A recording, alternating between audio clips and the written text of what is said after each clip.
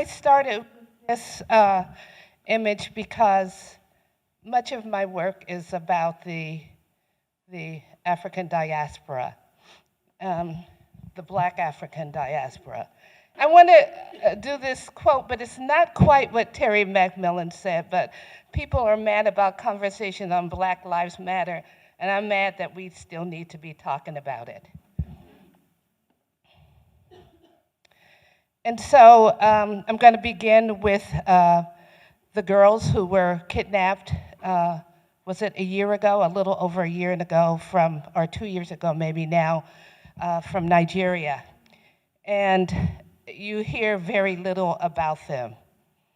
And in looking at these young women, you realize what's happening throughout the world with all these people who are so against other humans.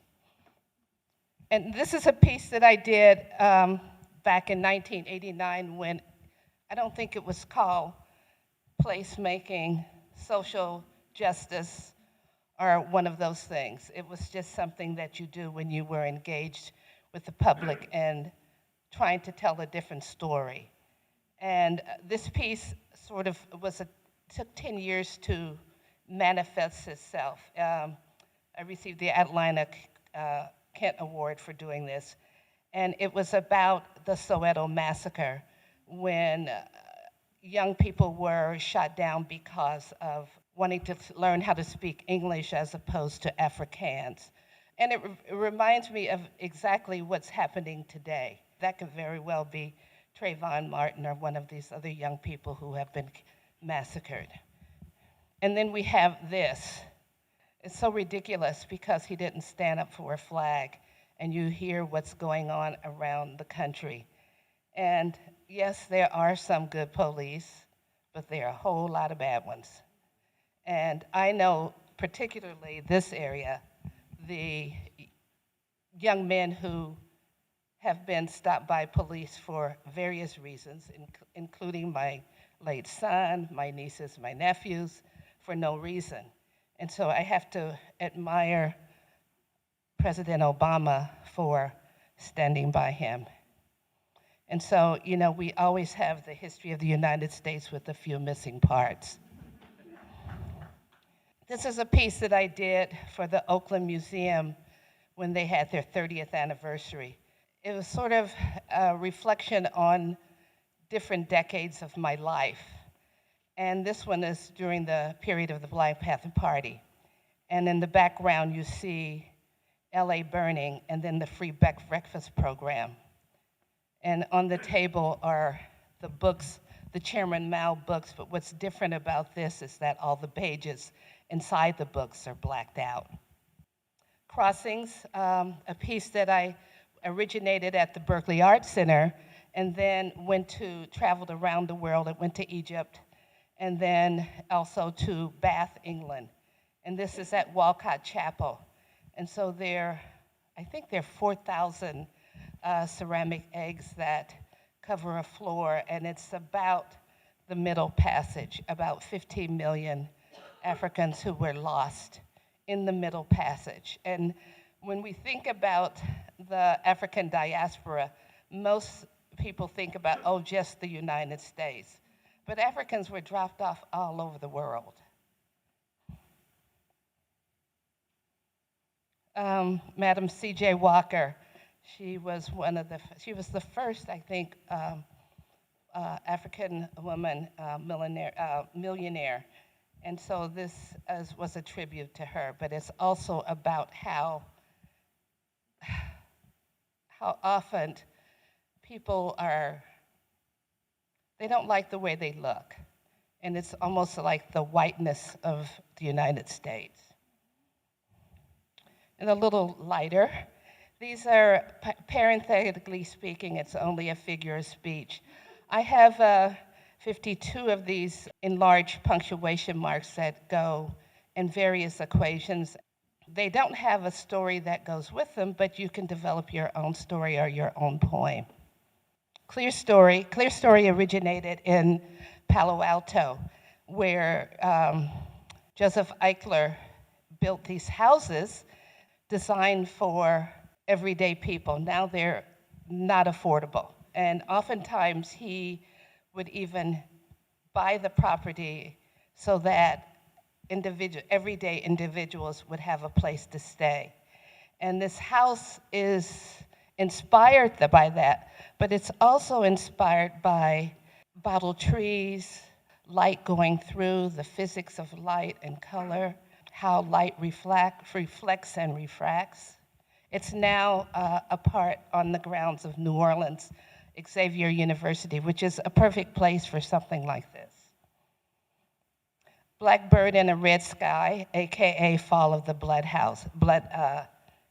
So this was commissioned by the Tacoma Museum, and it also deals with some of the same properties, but I don't think that if Eve knew that this world would be so fucked up that she would have bitten the apple.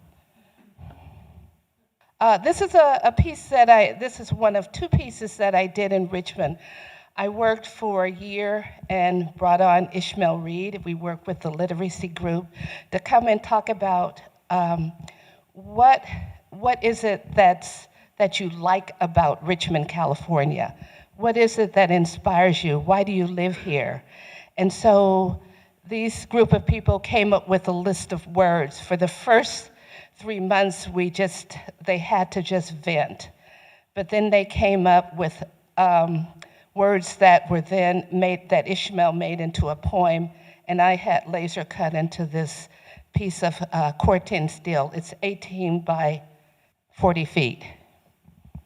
Again, I worked with a group of, the whole notion of what is home has been an ongoing interest of mine, at least for the last 30 years. And so I worked with a group of homeless people at Glide to come up with what they thought constitutes home. Some thought it was a safe place. Some people think it's the United States. Some think it's America, but when you think about America, there's also North America, South America, and the Caribbean, and Alaska and Hawaii. So with that, the woman who runs Glide. Yeah, Janice Mirkatani, who was poet laureate at the time, did the poem based on these words. And so what happens is the words weave in and out of the surface of the building. So at different times of the day, you get this light, and it makes you want to just stop and take a look. This is part of a project that I did with Johanna Pothig. I think where are you, Johanna? Johanna Pothig, and we worked with a group of youth from Youth Uprising. And, this whole deal about where to go to the bathroom is so ridiculous. And I showed this one because when I was very young, I got a job working at the Emporium. And I had to go to the bathroom, so I didn't look at the sign. And it said, And so I went to the bathroom, and then I went to the mirror and pulled out my lipstick, and I looked around, and it was all men.